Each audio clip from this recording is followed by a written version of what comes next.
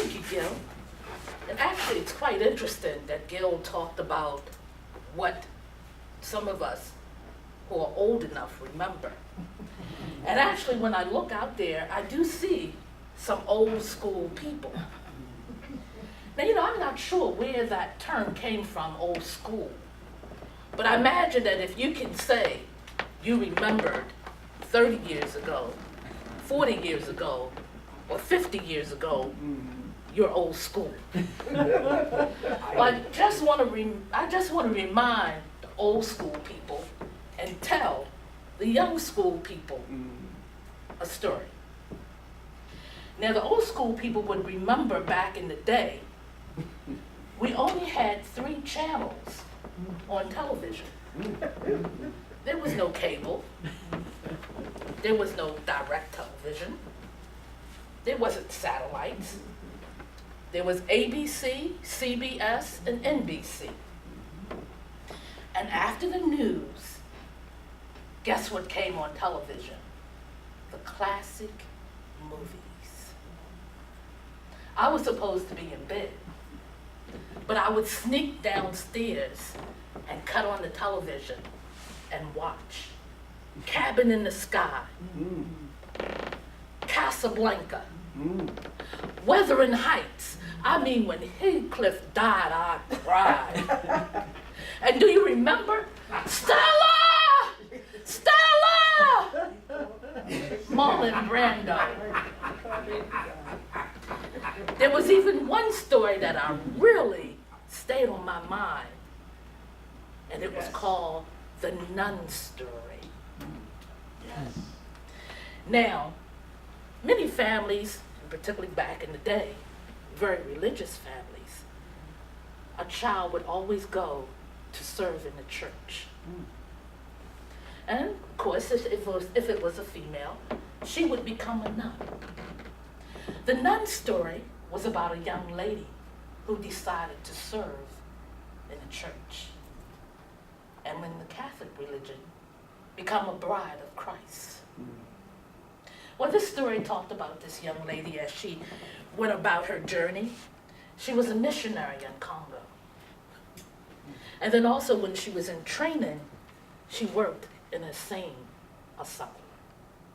So now I'm really old school because this is early 1900s, late 1800s, when they put people who had mental illness and warehouse stuff. And nowadays, if you go in a hospital, you'll see 1 or 2, no more than 2 patients in a hospital room. These were when you had wards, and they would house 40 people. This particular night, she was new in her training. She was to monitor and supervise a ward. She was working with one of the older sisters, and she was sort of tired. It was in the middle of the night. And sister that she was working with was a motherly figure, and she took care of the girls. And the young novices always liked her.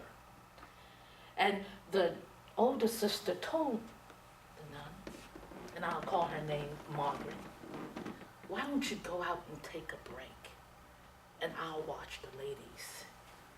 Because the nuns were sitting sort of like in the middle watching the ward. And so Margaret went out for about 10 minutes. It was a locked ward, meaning that when no patients could go move back and forth, the nuns could not move back and forth. They were locked in the room. And so when Margaret came back into the ward, she noticed that the sister was sitting there. Must have fallen asleep because her head was cocked at a strange angle. She walked over to touch the sister, and the sister fell on the floor. And it was to the shock of the novice that she realized that there was a knife in the back of the sister. And one of the patients had stabbed her to death. Now you can imagine if you're new in this field and you just realize that someone's been murdered, well, the adrenaline is running, you don't know what to do, it's all butterflies. She walked over to the bell to to notify that she needed help. And it was a silent bell. It didn't ring in that room, but it rang outside. And she pulled it. And just as quiet as they came into the room, came two nuns. They came in, they assessed the situation. They nodded to Margaret. And they gently picked up their sister and walked out of the room. And locked the door. Now, I don't know about you, but believe me, I would have been, excuse me. However, this was a sister in the faith. Now, those of you who are old school would remember the robes that nuns would wear. They went down to the floor, they were black. And as one dressed, she put on layers of petticoats, and it just touched out. There was also a hood that one would wear. She had a belt where the rosary would hang. And here was this young girl in this room with 40 crazed women, and one of them who was a murderer. And it was her duty to maintain the calmness and serenity of the ward and to watch them the rest of the night. She did not sit. She did not blink. She walked the room and she monitored them. But she didn't do this on her own. It was the robe of the church that held her up. It was the strength and her faith that kept her going. Toastmaster of the day, fellow Toastmasters, honored guests, I want to tell you about my nun story. As you know, I'm involved in the community in which I live. We had a special program that was going to be that night, and we had community representatives from all over the city, different organizations that would come. And I work closely, I'm on the board of my community association, and I talked to the staff midday and I said, is everything prepared for tonight? Oh, yes, Miss Robinson, everything is fine. We got this radio personality who's going to be emceeing. We got the funders coming, we have the politicians coming, and we have our colleagues coming. It's all good. I said, fine. I went home, and then I got a call. Miss Robinson, we got a problem. What's the problem? The MC has canceled. We need someone to be master of ceremonies. And the staff person kept on talking, and he said, you know, we could call Richard. We could call Mr. Peaker. Or we could call you. And I said, well, gee, have you talked to Miss Daniels? Have you tried her? Try her and tell me, come back to me. And I went over in my corner, and I talked to myself.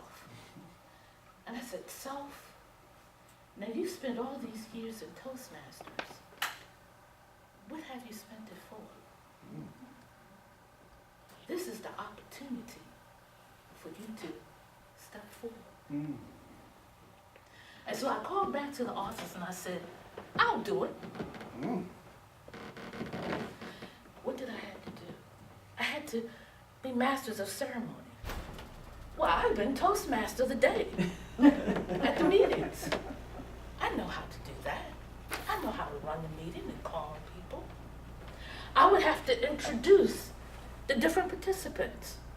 I had given a speech on how to do introductions at Toastmasters. I know how to do personal information, professional information, and I even knew how to make sure that you can pronounce each person's name by practicing it phonetically. Would you believe it? It was about environment. And so, of course, I had my stack of information because I had done environment as table topic master. So for that meeting, it wasn't me. It was Toastmasters that held me up and made me succeed.